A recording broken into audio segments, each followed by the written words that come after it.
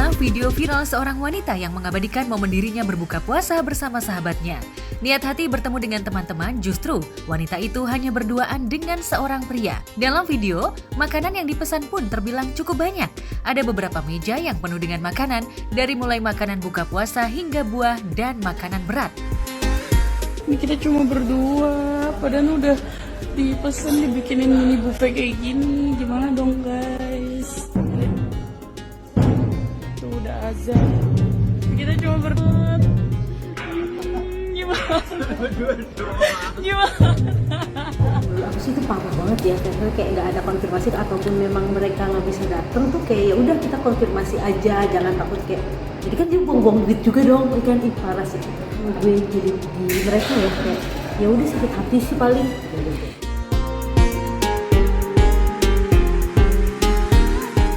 Meski ia sadar jika hanya berbuka dengan 2 orang, namun wanita itu tak sedikit pun marah. Justru ia tampak tertawa bersama teman prianya, lantaran ternyata cerita yang ada di jejaring maya itu kini dialami olehnya sendiri. Kira cuma di TikTok doang ya. Ternyata terjadi di dunia nyata guys. Ternyata terjadi di dunia nyata. Ini bener-bener berdua doang guys. Biasanya pasti tiba-tiba ada grup yang tiba-tiba setahun sekali nih nongol kayak gitu sih. Pasti akan ada konfirmasinya sih, mau dia datang atau enggaknya, sengaja harus konfirmasi sih.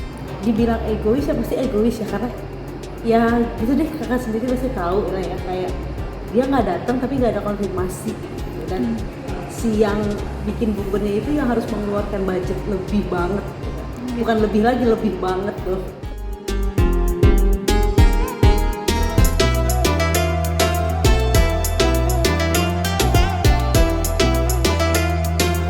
Ratusan tenda warna-warni menghiasi selasar Masjid Raya Habibur Rahman, Kota Bandung, Jawa Barat. Tentu saja pemandangan ini menjadi tak biasa lantaran banyak tenda ada di masjid. Ternyata di area masjid dengan luas lebih dari 1 hektar itu, ribuan peserta berkemah di selasar masjid untuk menjalani itikaf. Dari luar, lama-lama terdengar suara jamaah mengaji. Sejumlah orang sibuk menghabiskan malam dengan membaca ayat Allah. Sebagian lagi memanfaatkan waktu untuk beristirahat sebelum bersiap untuk sholat malam. Iya,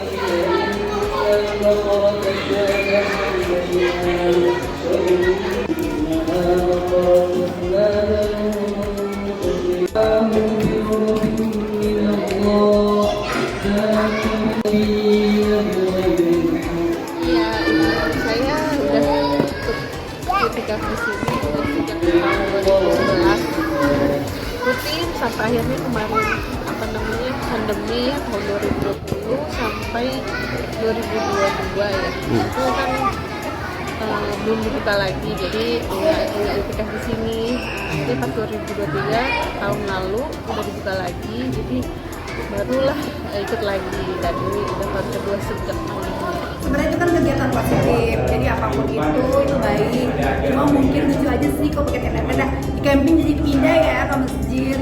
Apa sih mungkin gini kali, kalau nanti di masjid untuk ibadah terus mereka tinggal di situ beberapa orang rame-rame kan jadi padat, terus masjid juga jadi kotor, terus jadi terganggu yang mau ibadah.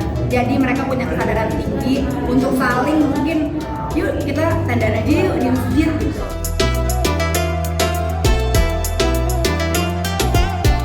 Fenomena tersebut rutin terjadi setiap tahunnya pada kegiatan itikaf, yakni 10 hari sebelum Lebaran Idul Fitri. Setiap tenda tersebut diisi oleh sekitar 4-5 orang untuk satu keluarga. Awalnya sih karena saya kan ikut suami ya ke sini, jadi ikut kebiasaan suami yang udah dari kuliah sama keluarganya udah biasa itikaf di sini, karena enaknya bisa pakai tenda, jadi keluarga bisa, semua keluarga bisa ikut gitu, terutama yang perempuan punya anak, punya bayi gitu, enak gitu ya, bisa ikut itikaf tapi tetap bisa bawa keluarganya karena ada fasilitas tenda. Kalau itu salah satunya, dan karena ada Ustadz Abdurrahman yang beda lah beliau mah, kalau yang mengimani itu kayak kita tersentuh gitu ya. Gitu.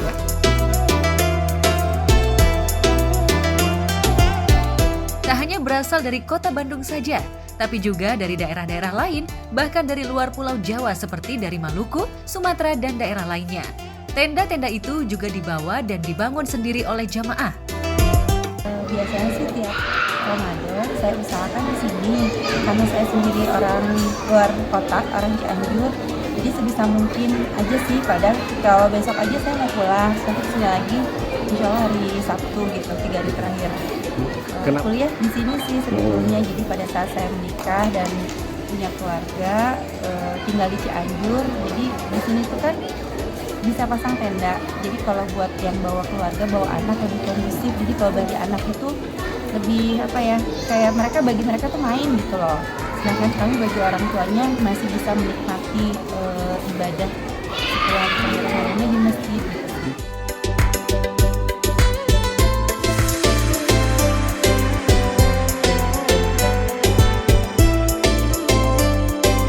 Lain halnya dengan Ashanti dan Anang Hermansyah yang memilih melaksanakan puasa di sisa Ramadan di Tanah Suci. Tak hanya berdua, mereka mengajak keluarga untuk bisa beribadah di tanah para nabi tersebut. Dan kemarin, di laman video berbaginya, Ashanti tampak tengah mempersiapkan keperluan yang bakal dibawa ketika berada di Madinah dan Mekah. Seru ya. Persiapannya gimana? Senang juga mau umroh. Alhamdulillah kita akhirnya ini pertama kali di bulan Ramadan kita satu keluarga akan berangkat hari 10 terakhir akan ada di Mekah Madinah. Jadi hari rayanya kita di Madinah. Ini nanti 5 hari sebelum hari raya kita di Mekah. Keluarga intinya tuh seperti apa sih? Maksudnya Iya. bawa Sama abang, sama kakak, sama Aminah, sama Azura. khusus atau Ya, alhamdulillah Ramadan kali ini bisa umroh bareng, nggak cuma keluarga daerah Manca, cuman ada keluarga Kak Loli juga ikut. Ya, nanti juga ke Mekah dulu, habis itu ke Madinah, habis itu ada waktu juga buat ke Dubai juga nanti.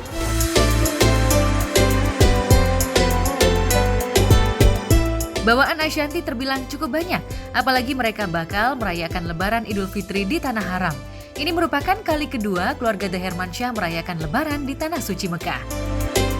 Dari dulu pengen banget ngerasain Lebaran di Tanah Suci gitu kan, terus ya kayaknya bakalan, karena kan kita harusnya tahun ini mau haji, terus kita kan jadinya tahun depan, jadi yaudah kita umroh aja deh gitu, tapi pengennya 10 hari terakhir di sana karena katanya kalau umroh 10 hari terakhir di sana itu pahalanya seperti haji gitu, dan kita juga akan Idul Fitri juga di sana. Jadi alhamdulillah semua keluarga ikut, anak cucu semua lengkap, jadi happy gitu, semua bisa kumpul. Lebarannya pasti ibadah. Iya. Gak ada lain selain bawa kita. Gimana itu kan Mekah, kota sucinya, Madinah, makam Nabi. Ya kita ingin melakukan ibadah yang luar biasa di sana karena kan ini bulan suci, bulan yang cuma ada sebulan dalam 1 tahun yang dibilang penuh dengan pahala. Ya kita ingin melakukan itu, ibadah aja. Pastinya ibadah seperti umroh. Ya umroh kan ini kegiatan umroh. Memang ramai sekali. Aku udah lihat beritanya, kita udah cek beritanya. Memang hampir sama dengan posisi haji ramainya. Tadi tuh agak sedih ya pemandangannya, kita pergi maaf-maafan sama mbak-mbak di rumah sama seluruh karyawan, kayak pada nangis, aku juga nangis. Biasa kita umroh nggak kayak gitu kan, karena ini momennya Lebaran juga kan, jadi mau maaf-maafan juga. Jadi semua peluk-pelukan, nangis, sedih, ya saling memaafkan. Pasti kan aku ada salah, mereka juga mungkin iya, jadi ya kita saling memaafkan. Iya, kado kemarin kan Pipi ulang tahun, ini kado dari Bunda katanya jalan-jalan ibadah katanya.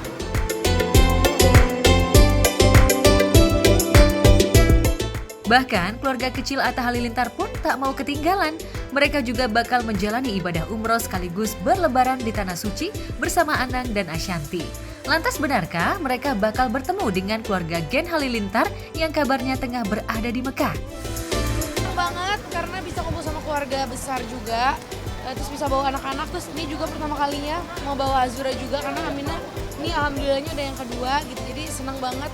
Dan punya experience baru juga ya bawa Abi. Karena orang tua aku di sana, orang tua Aurel tiba-tiba di sana juga, jadi insya Allah pengen pertama kalinya Lebaran di rumah Allah. Jadi kado Hanifnya hari ini buat kita berdua sih, saling kado mengadui kalau ini perjalanannya buat pernikahan kita. Semoga anniversary ke 3 tahun ini dengan umroh ini kita jadi banyak berdoa di sana, jadi lebih kuat lagi. jadi lebih kuat, dijaga dari gangguan, dijaga dari hal-hal yang buruk. Alhamdulillah bisa berangkat sama istri, sama anak, sama berangkatin ada tim-tim di rumah juga, tim-tim di kantor juga. Insya Allah di 10 hari terakhir Ramadan ini mau hunting malam Lailatul Qadar di sana, semoga lancar, amin. Iya, spesial banget sih karena ada Azura sama Amina ikut kan.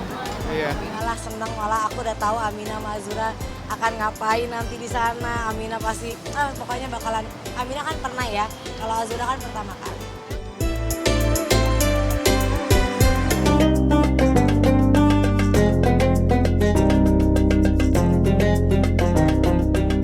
Lebaran Idul Fitri tinggal beberapa hari lagi.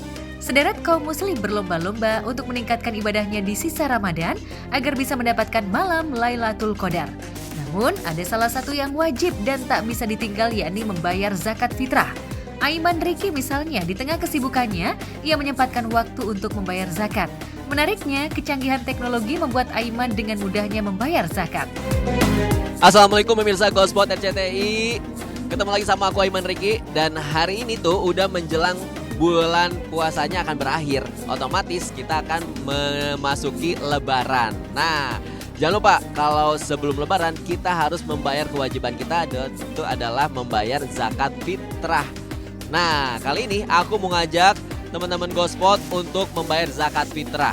Kalau biasanya zakat fitrah itu dibayarkan kalau nggak di masjid atau misal kita bisa langsung ke orang-orang yang berhak. Nah, aku kasih alternatif lain yang memudahkan kita banget di sini nih tempat. Mas, aku tuh kan lumayan nih agak hektik ya kegiatan-kegiatan aku. Nah, pas kebetulan di sini aku ngelihat ada boothnya Dompet Duafa, bisa juga zakat fitrah. Aku pengen zakat fitrah di sini. Gimana caranya, Mas? Sebelum zakat fitrah kita ngisi buku tamu dulu. Kalau udah ngisi buku tamu, nanti kita pembayaran zakat fitrahnya untuk siapa aja ditujukannya. Setelah itu kita akad atau niat zakat fitrahnya. Nah, untuk zakat fitrah sebetulnya sebaiknya itu justru sesuai dengan yang biasa kita makan. Kita makan itu kan biasanya misalkan aku nggak mungkin dong yang cuma 30.000, 40.000 gitu kan. Sebaiknya bahkan kalau misalnya di atas 59.000, 100.000 kalau ada aku mau gitu. Tapi besaran sendiri di Dompet Duafa distandarkan 59.000. Bisa juga dengan beras sebanyak 2,5 kilo atau 3,5 liter gitu. Kalau aku sendiri ya, karena kan zakat ini tuh sesuatu kewajiban. Jadi kalau misalkan kita tunaikan di akhir-akhir takutnya lupa. Apalagi kalau udah lupa otomatis sayang banget dong, kewajiban puasa udah tapi kewajiban zakatnya malah nggak dilakuin. Jadi sebisa mungkin kalau aku laksanakan sebisa mungkin yang aku bisa maksimal. Misalkan pas sekarang nih ketemu Dompet Duafa ini, ya udah aku lakuin sekarang.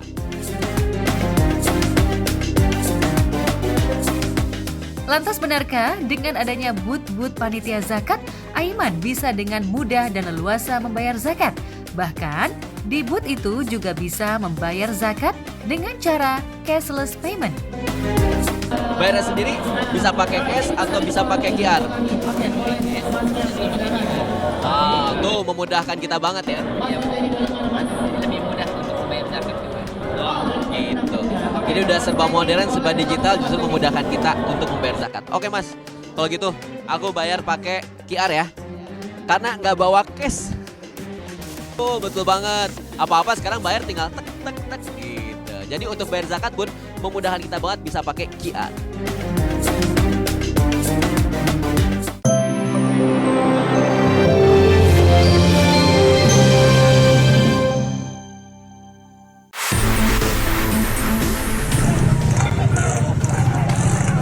Inilah video detik-detik ketika seorang tokoh agama asal Pandeglang, Banten dikeroyok oleh kawanan diduga oknum pegawai bank keliling.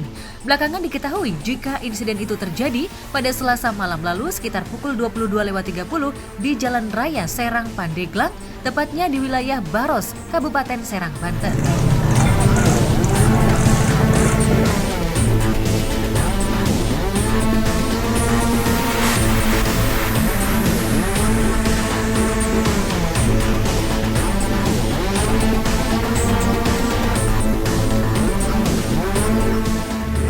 diperhatikan lah, perhatiin gitu ya. Apakah harus cara seperti itu gitu dalam hal penagihan utang? Apakah ada cara lain gitu kan, lebih persuasif, lebih lebih manusiawi lah. Belakangan terkuak fakta jika korban pengeroyokan oknum pegawai bank keliling itu merupakan tokoh agama, Ustadz Muhyi. Insiden pengeroyokan yang dilakukan sekitar 8 orang oknum pegawai bank keliling itu bermula ketika Ustadz Muhyi tengah berkendara roda 4 usai menjenguk kerabatnya di rumah sakit umum. Di tengah perjalanan, ia lalu dipepet oleh kawanan pegawai bank keliling. Mobil yang dikendarainya kabarnya dirusak pada bagian spionnya. Hingga Ustadz Muhyi menghentikan mobil dan turun bersama adik iparnya. Tapi entah mengapa, adik iparnya langsung dikeroyok. Ustadz Muhyi kabarnya sempat berusaha melerai, malah menjadi sasaran kekerasan para pelaku hingga mengalami cedera. Insiden ini baru reda setelah warga sekitar ramai berhamburan bersama petugas kepolisian setempat. Saya pikir ini tindakan luar biasa arogan ya, karena dia melakukannya di depan umum. Apalagi kalau kita lihat di videonya, seorang ustadz itu dikeroyok beberapa orang. Korbannya ini adalah seorang ustadz. Apapun itu, intinya bisa dibicarakan, dan kita negara hukum, tidak ada tindakan apapun yang apalagi seperti main hakim sendiri. Bikin malu orang lain itu aja itu sebuah kesalahan, apalagi dengan cara kekerasan. Nah, saya pikir itu tidak perlu dilakukan. Sejak kasus ini mencuat, amarah dari sebagian warga Pandeglang pun memuncak. Mereka sempat mendatangi kantor bank keliling untuk mencari pelaku, hingga melakukan sweeping ke kontrakan diduga pelaku bermukim. Namun pihak kepolisian dan tokoh agama setempat berusaha menenangkan warga sambil terus menangkap terduga pelaku yang kabur.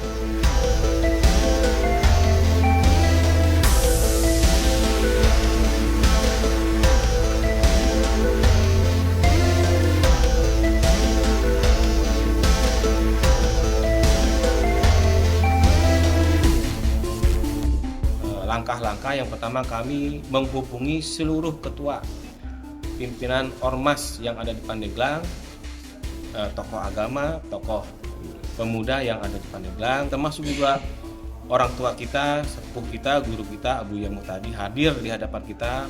Beliau menyampaikan kepada masyarakat, khususnya masyarakat Pandeglang, untuk menjaga keamanan, untuk tertib, tidak mudah terprovokasi terkait permasalahan-permasalahan yang ada. Jadi yang saya pikirkan harus ada tindakan yang tegas dari aparat kepolisian untuk oknum-oknum seperti ini.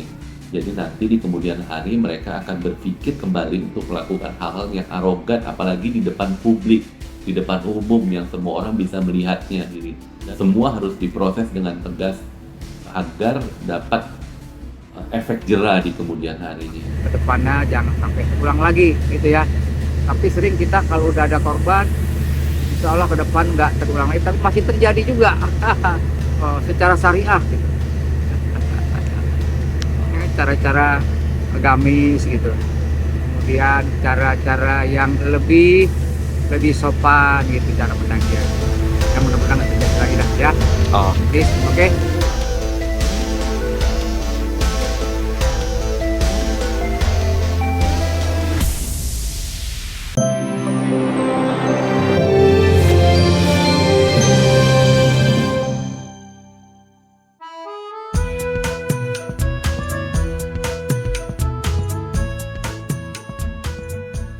Menjelang Hari Raya Idul Fitri, sebagian masyarakat bukan cuma terlibat war takjil, tapi juga war tukar duit kecil.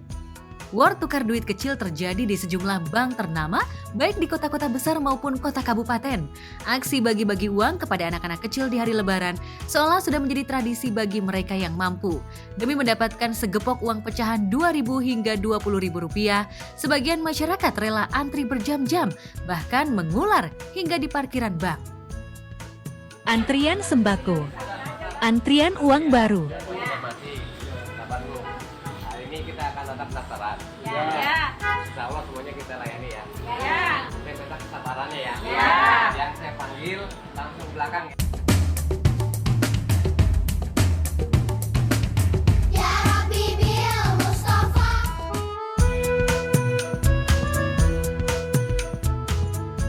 Tak cuma masyarakat perkotaan, masyarakat pedesaan seperti di pulau terpencil di wilayah Maluku juga terlibat war tukar duit kecil karena mereka ogah memberikan uang pecahan yang sudah lecek kepada anak-anak kecil.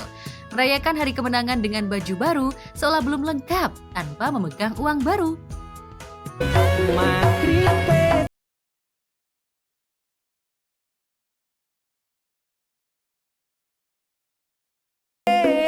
Tukar berapa tadi, Bu? Saya tukar 5 juta. Tadi dapat pecahan berapa? Pecahan 1.000, 2.000, 5.000, 10.000 dan 20.000. Momen di mana Lebaran itu kita sebagai orang yang berbagi ke saudara-saudara atau siapapun itu pasti kan orang mengharapkan duit baru walaupun nominalnya kecil ya.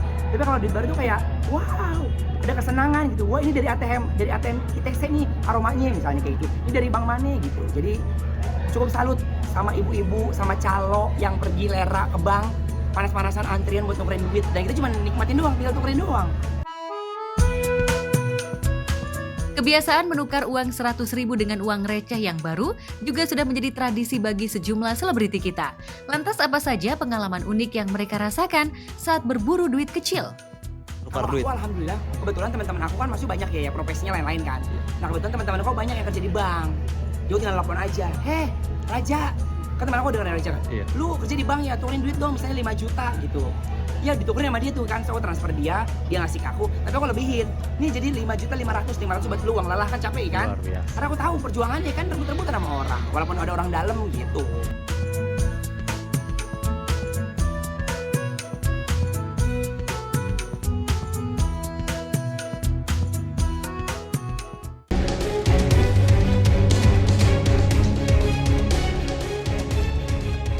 Pengusaha Dito Mahendra yang merupakan mantan kekasih Nindi Ayunda divonis bersalah memiliki senpi ilegal oleh Majelis Hakim Pengadilan Jakarta Selatan dan diganjar hukuman 7 bulan penjara. Vonis hukuman itu lebih ringan dari tuntutan JPU yang menuntutnya 1 tahun penjara. Tapi benarkah lantaran hukuman itu dipotong dengan masa tahanan yang telah dijalani Dito, maka pengusaha bernama asli Mahendra Dito Sampurno itu langsung bebas dari sel penjara? Menjatuhkan pidana terhadap terdakwa Mahendra Dito Sampurno dengan pidana penjara selama 7 bulan. 3. Menetapkan masa penangkapan dan penahanan telah dijalani oleh terdakwa dikurangkan seluruhnya dari pidana yang dijatuhkan. 4. Memerintahkan agar terdakwa Mahendra Dito Sampurno segera dikeluarkan dari tahanan. 5. Menetapkan barang bukti pada prinsipnya sama dengan tuntutan. Dan 4. Menetapkan agar terdakwa dibebani membayar biaya perkara sejumlah Rp5.000. Nanti gimana? Ayo Mbak. Ini Mbak, tuh Mbak.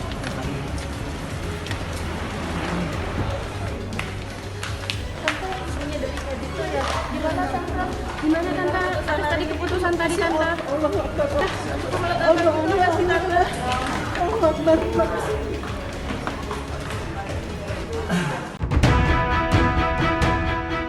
Ya, karena sudah ditahan sejak 8 September 2023, Dito sudah merasakan dinginnya lantai penjara selama 7 bulan. Itu sebabnya Dito tak dikembalikan ke tahanan, namun diperbolehkan pulang bersama keluarganya. Sayangnya baik Dito dan ibundanya Liska Zafarayana enggan bicara soal putusan majelis hakim dan drama yang terjadi selama persidangan. Ya Tante, akhirnya. Terima kasih, anak saya nggak bersalah. Nggak salah, Bu. Terima kasih. Anak saya nggak bersalah. Tadi juga banyaknya dukungan yang ingin datang juga Tante. Iya Tante. Alhamdulillah ini semua kadarullah karena Allah semuanya. Terima kasih Dek. Terima kasih. Saya hanya mengatur terima kasih semuanya Allah yang mengatur. Nah, saya nggak bisa ngomong apa-apa. Sempat mengecam pihak pengadilan lantaran kasus hukumnya seolah dibesar-besarkan, Dito kini bisa menghirup udara bebas. Ia mengaku mengkoleksi senpi karena hobi sejak remaja, bukan untuk makar, melakukan aksi teroris atau mencederai orang lain. Sesuai dengan pembelaan sebelumnya, kami meminta untuk dibebaskan. Karena prinsipnya kan jelas ya, undang-undang ini dibentuk untuk makar, teroris, dan pemberontakan, tapi klien kami ini tidak terlibat dalam kegiatan-kegiatan tersebut.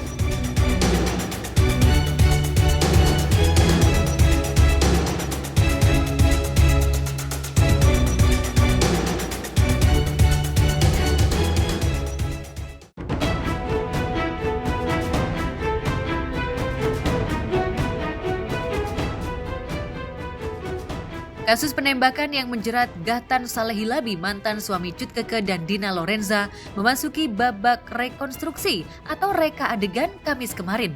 Gahtan melakukan rekonstruksi tanpa mengenakan baju tahanan, namun mengenakan kaos biru tua. Polres Jakarta Timur menggelar rekonstruksi itu di TKP asli, yaitu di Jalan Jatinegara Timur. Kapolres Jakarta Timur menukas rekonstruksi dilakukan untuk mengurai kronologi yang terjadi pada korban, saksi, maupun Gahtan sebagai pelaku pada peristiwa penembakan yang terjadi 8 Februari 2024 lalu.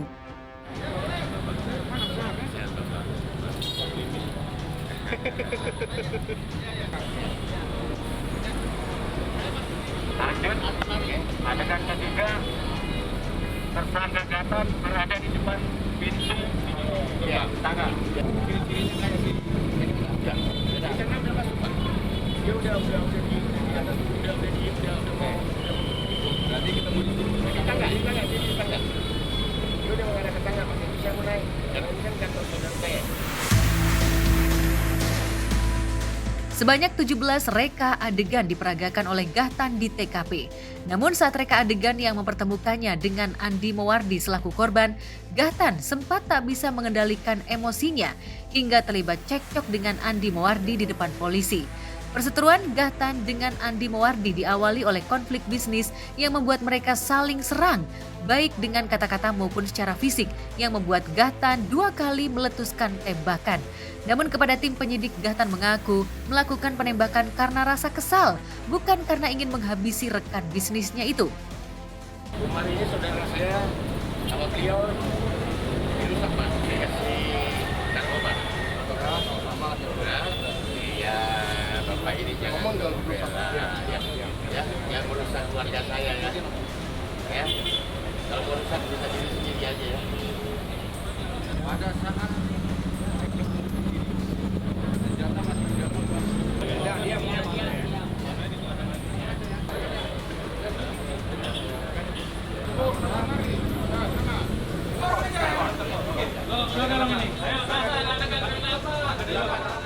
dari pertama memang ada yang terputus. Pertama itu memang ada percekcokan, kemudian ada Sherlock. Setelah itu kan juga ada pemberitahuan dari pihak keluarga ada aktivitas di lantai 3. Makanya dalam rekon tadi kan rekan-rekan sendiri lihat ada percekcokan di mana saudara Gahtan ingin naik ke atas. Dia mau ngecek karena dugaan dia ada 2 orang di atas, tapi akhirnya didorong. Karena aksi premanisme bak kisah koboi kesiangan, Gahtan dijerat pasal berlapis, yaitu pasal kepemilikan senjata tanpa izin dan percobaan pembunuhan. Pria berdarah Arab itu terancam hukuman 5 tahun penjara.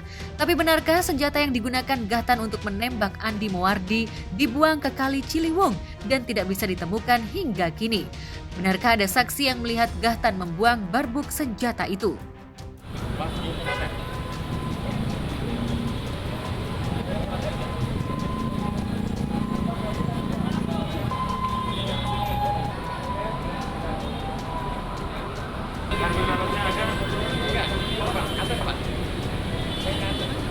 Ayo kalau memang kita mau cari kebenaran, carilah kebenaran material sesungguhnya di lapangan. Kan gitu, bukan karena pengakuan gitu. Tapi faktanya antara BAP dengan rekonstruksi tadi itu sangat bertolak belakang.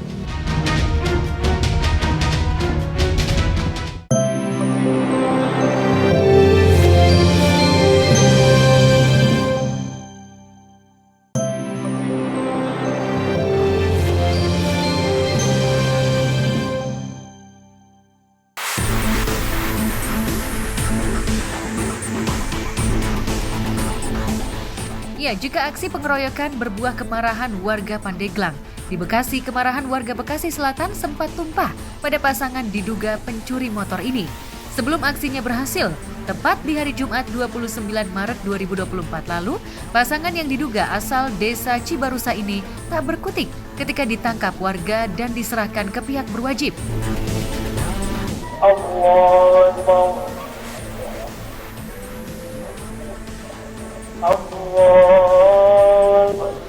Allah, tabarakallah, hari Jumat di bulan puasa, suami istri orang Cibarusah asli Jaba Gelis, iya kanyahuan nyopet motor, Gusti, tabarakallah.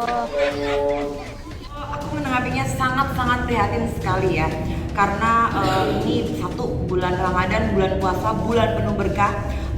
Meskipun memang mungkin ya untuk ekonomi mungkin ya, apalagi mereka sepasang suami istri ya, itu menurut aku tuh enggak banget. Masih banyak jalan yang ditempuh untuk mencari rezeki, bukan apa namanya justru mencuri ya, apalagi di masjid. Itu saya nggak setuju sekali dan no buat saya, dan itu mungkin amal perbuatan kamu akan oleh Allah Subhanahu Wa Taala akan diperhitungkan di sana ya. Selama ini, sejoli yang secara penampilan jauh dari kesan pencuri motor ini melakukan aksinya di pelataran masjid ketika jamaah tengah khusyuk sholat Jumat. Namun, aksi spesialis maling motor jamaah masjid ini pun akhirnya tertangkap dan keduanya pun tak berkutik saat dikerumuni emak-emak. Mbak, hidup di dunia mah hanya sementara, di akhirat mah kekal kamu, ya Allah. Udah berapa ribu motor dicuri sama kamu? Taubat itu, ya Allah, ya Allah ya Rob. Coba kalau udah pada pulang itu bapak-bapak yang Jumat. Coba kamu meninggal, mau bisa balik deh iya, maneh, ya Allah ya Robbi, kasihan atuh anak maneh diberek menang nyopet. Sekali lagi saya menanggapinya sangat menyayangkan sekali. Rezeki bisa dicari di mana aja, bukan dengan mencuri motor, apalagi di masjid, masya Allah. Nauzubillah min dzalik ya. Pokoknya aku nggak setuju, dan semoga mereka diberi hidayah untuk menjadi pribadi yang lebih baik dan lebih terbuka otaknya, karena rezeki itu memang sudah digariskan oleh Allah. Jadi saya sekali lagi tidak setuju, sangat prihatin sekali untuk perbuatan mereka yang mencuri motor di dalam masjid.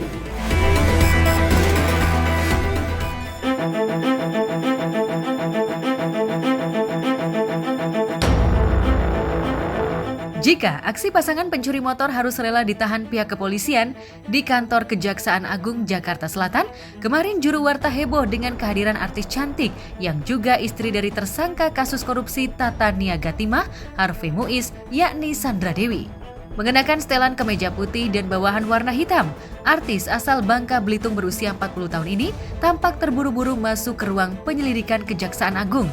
Sandra tak sempat melayani pertanyaan juru warta, tapi sekilas ia sempat tersenyum sambil menyapa juru warta dengan simbol sarangheo, sebuah sapaan penuh kasih sayang. Sandra.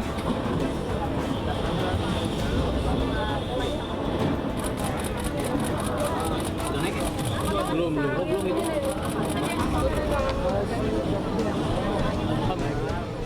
Kita kami periksa untuk memastikan keterkaitan yang bersangkutan dengan PT HTT, ya.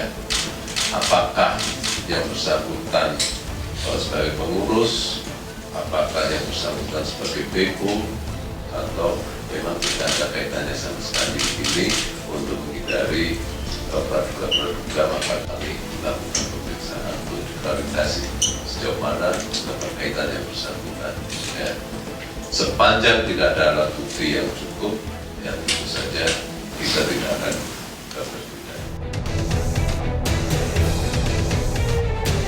Sandra Dewi datang ke kantor Kejaksaan Agung sekitar pukul 10 waktu Indonesia Barat guna menjalani pemeriksaan sebagai saksi atas kasus yang menjerat suaminya, yakni dugaan korupsi tata kelola niaga komoditas timah wilayah izin usaha pertambangan PT Timah Tbk. Sandra Dewi diperiksa sekitar 4,5 jam oleh tim penyidik ihwal dugaan korupsi yang ditaksir merugikan negara sekitar 271 triliun rupiah tersebut yang diduga sudah dilakukan suami Sandra Dewi CS sejak tahun 2015 lalu hingga tahun 2022.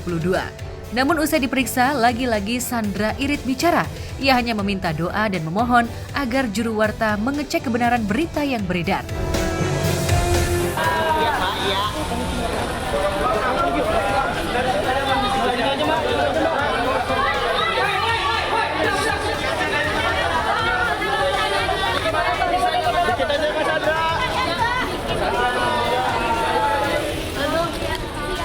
Setiap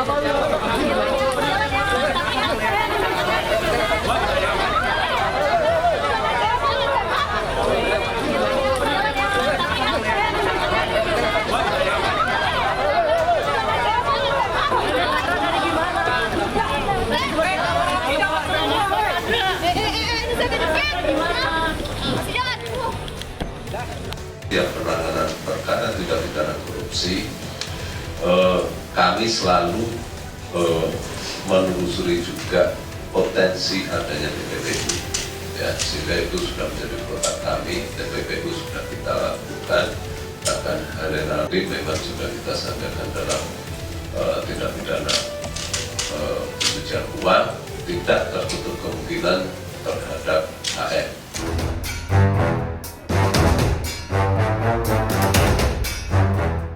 Ya, Sandra Dewi nampaknya resah dengan hujatan pun pemberitaan. Apalagi warganet ramai-ramai menghitung bagaimana kerugian yang diduga disebabkan oleh tindakan keserakahan korupsi para tersangka. Seperti Harvey Muiz dan Helena Lim. Sandra Dewi yang kebetulan sebagai pesohor tanah air yang kisah hidupnya banyak diikuti warganet pun tak pelak menjadi sasaran hujatan warganet. Apalagi potret kemewahan yang selama ini ditampilkan cukup membuat publik marah jika diduga dibiayai dari hasil praktek korupsi. Menurut kami harusnya sudah selayaknya Sandra Dewi mengetahui dari mana suaminya mendapatkan mata pencarian ataupun uang. Karena menurut kami kalau memang misalkan pendapatannya tidak wajar harusnya dipertanyakan. Apalagi banyak uang-uang cash yang didapat ternyata setelah disita oleh kejaksaan. Itu adalah uang negara dan uang masyarakat. Uang kita semuanya yang semestinya untuk membangun roda perekonomian, bukan dinikmati oleh keluarga Anda saja. Jadi harus dimappingkan. Kalau misalnya sangat aktif, ya itu adalah peran utama dan itu pidana mati sebenarnya. Tapi kalau mungkin pasif penerima, mungkin gereja, mungkin badan amal, atau mungkin pasangannya, mungkin orang tuanya, ya tidak bisa secara aktif. Mereka ancaman hukumannya pun tidak berat, hanya 5 tahun.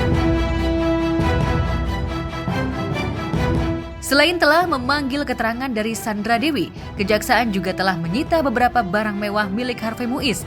Di antaranya 2 mobil supercar mewah yang salah satunya baru saja diberikan ke Sandra Dewi sebagai kado ulang tahunnya yang ke-40 tahun. Mobil itu kini sudah disita pihak Kejaksaan. Lantas mungkinkah pihak Kejaksaan akan menyita aset lain seperti rumah dan properti lain milik Sandra Dewi dan Harvey? Kita berhasil melakukan penyitaan terhadap 2 unit mobil yang merek Mini. Kemudian kita juga melakukan penyitaan terhadap beberapa dokumen berupa surat-surat, termasuk dokumen barang bukti elektronik, CCTV, komputer dan sebagainya, dan barang-barang berharga yang tidak bisa kita sebutkan pada hari ini karena masih dalam verifikasi teman-teman penyidik. Aset tracing, tidak saja aset yang berupa bergerak dan tidak bergerak, bahkan aset dari luar negeri pun kita akan melakukan pendataan. Segera hukuman dilapis karena ini extraordinary crime, jadi ada pemenjaraan, ada pidana denda, ada pidana sesuai dengan uang yang dikorupsi. Artinya apa? Kalau dikorupsi 270 triliun, kembalikan. Sita semuanya, rumahnya, asetnya, mobilnya, kapalnya, private jetnya. Mungkin dia punya bitcoinnya, mungkin dia punya kriptonya, ambil semuanya untuk menutupi kerugian negara. Miskinkan segera. Pemblokiran sudah lama kita lakukan pada saat awal-awal penyidikan ini, ya. Jadi bukan hanya baru sekarang ini, oke? Dan itu masih terus berkembang.